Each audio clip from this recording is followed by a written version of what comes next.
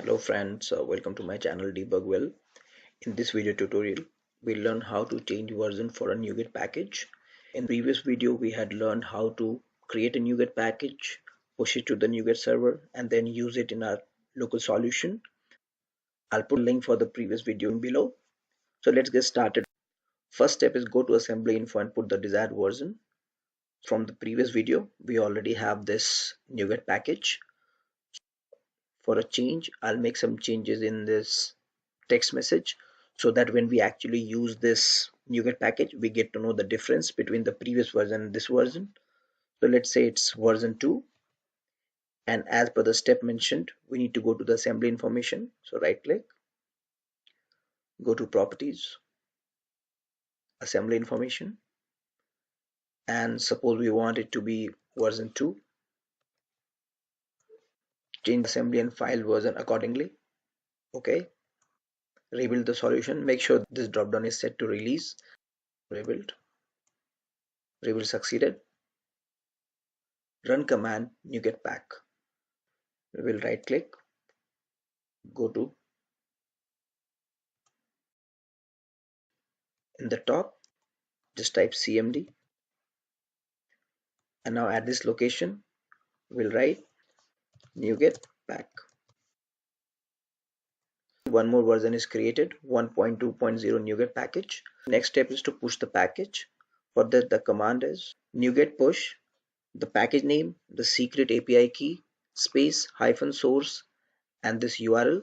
I'm not going to show the secret key here, but you can use the secret key that you have from your Nuget account. I'll just show you a dummy secret key and how you will use this command to upload the package. Let's go to the command prompt, and the command will be Nuget push, then the package name, it's 1.2 package, then the secret key. Suppose the secret key is like this, space hyphen source, this URL which is in the slide, enter. I'm going to do it with my actual key so that we can actually see package getting pushed. And if your package was successfully pushed, you'll get this message, your package was pushed. Now let's go to our Nuget server and see if the package is present there. In unlisted package we don't have anything. In published package we have one package, and still it is not updated. So you'll have to wait for 10-15 minutes for your new package to get uploaded to the Nuget server. So go to the published package section.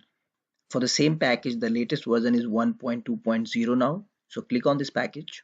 It is showing two versions. One was the one in the previous video tutorial, and the second one that we did just now, 1.2.0. This is the command. Just copy this and let's use this package.